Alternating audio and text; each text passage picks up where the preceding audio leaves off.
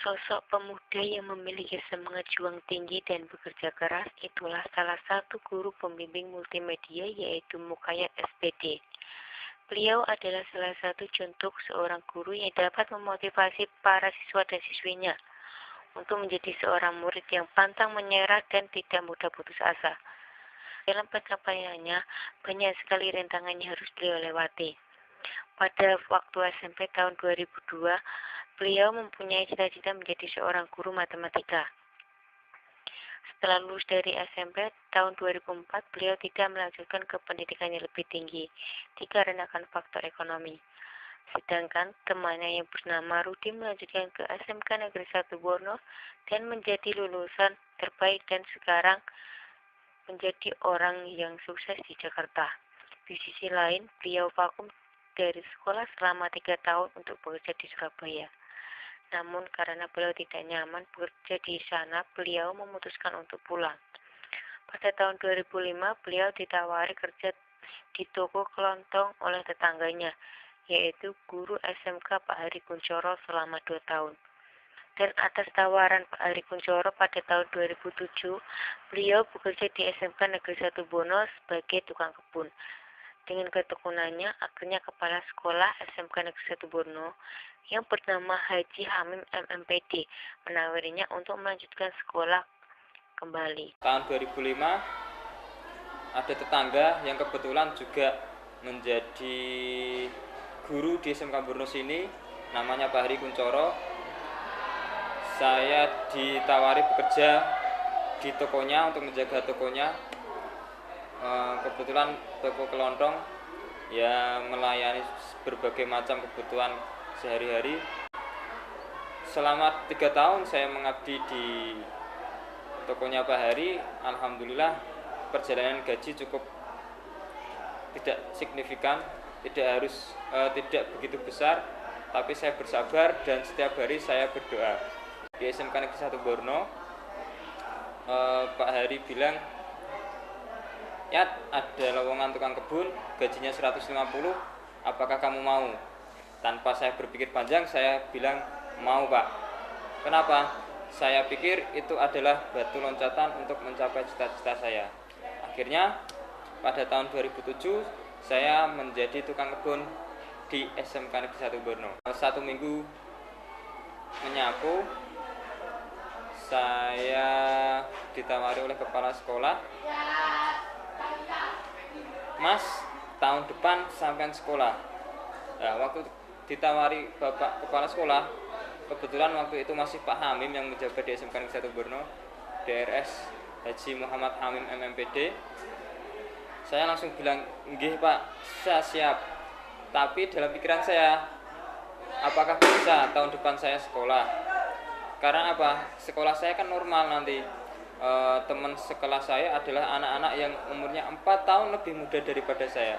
Sedangkan pikiran saya sudah tidak fresh lagi, se-fresh pikiran mereka, dan pelajarannya pun mereka tidak terlepas jauh. Akhirnya pada tahun 2008 saya sekolah SMK dan masuk di jurusan teknik kendaraan ringan. Dan pada semester 3 saya mendapat amanat menjadi ketua OSIS. Nah, dari situ pengalaman-pengalaman yang lain tentang kepemimpinan, pengelolaan, manajemen dan lain-lain, ilmu dari situ bisa saya dapatkan. Alhamdulillah dari situ juga saya dipercaya oleh guru-guru yang lain. Saya kuliah di kabupaten sebelah, tepatnya Kabupaten Lamongan, yaitu Universitas Islam Lamongan. Saya mengambil jurusan Teknik Informasi. Sambil kuliah, paginya saya bekerja menjadi tenaga administrasi di SMK Negeri 1 Borno juga. Kalau pagi bekerja, kalau siang kuliah. Pada tahun 2008, beliau sekolah di SMK Negeri 1 Borno di jurusan Teknik Kendaraan Ringan. Pun teman-temannya 4 tahun lebih muda darinya. Karena prestasinya yang bagus, akhirnya beliau pada semester 3 diberi amanat untuk menjadi ketua OSIS di SMK Negeri 1 Borno. dan pada tahun 2011 beliau kuliah di Unisla. Dan akhirnya Kepala Kurikulum SMK Negeri 1 Borno memberikan amanat untuk mengajar di jurusan multimedia. Terima kasih Mbak Indah, pertanyaannya bagus sekali. Yang pertama mengenai Pak Mukayat, menurut kami sangat subjektif sekali bahwa Pak Mukayat itu adalah orang yang punya karakter hebat. Kenapa saya katakan gitu Mbak Indah? Ada 7 kriteria saya yang dikatakan orang punya kriteria hebat, orang hebat. Yang pertama, apabila orang tersebut punya trust dan respect. Artinya apa? Punya dipercaya dan dihargai, itu adalah orang yang hebat sekali. Jadi kalau kita menemukan orang yang sangat dipercaya dan sangat dihargai oleh orang lain, itu baru dikatakan itu orang hebat. Itu kriteria yang pertama. Yang kedua, communication.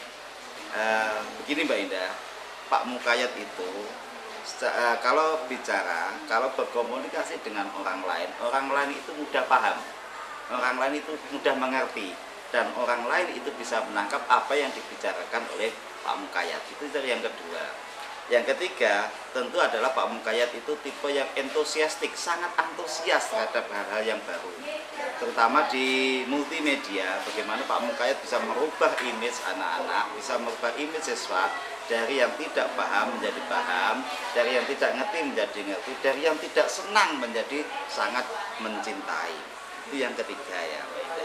Yang keempat, saya melihat bahwa ada di diri Pak Mukayat itu adalah living strongness. Jadi kehidupannya itu sangat kuat sekali. Bagaimana dulu Pak Mukayat itu bisa masuk ke sini? Tentu diawali dari ketua OSIS.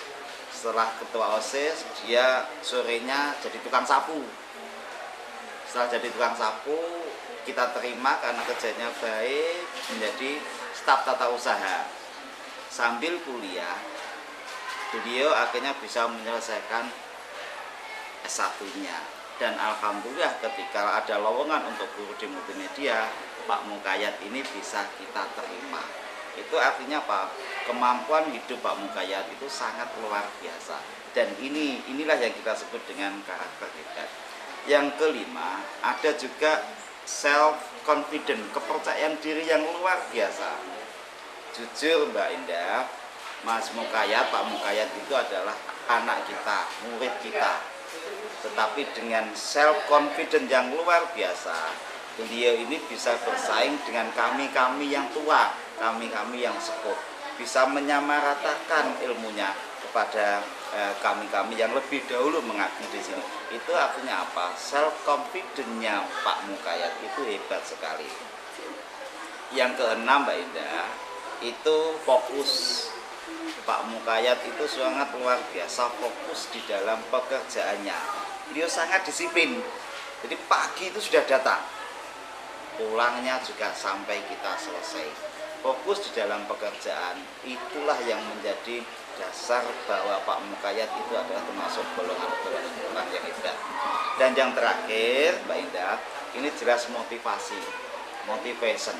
Pak Mukayat itu orangnya yang sangat luar biasa, motivasinya sangat tinggi sekali.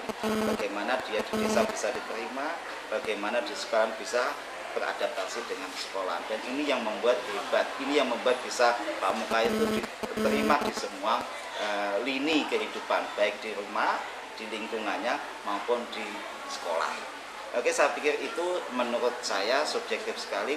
Jadi Pak Mukayat sudah bisa memenuhi 7 kriteria yang kami katakan Pak Mukayat itu adalah orang-orang yang hebat. Itu Mbak Indah menurut pendapat saya. Terima kasih.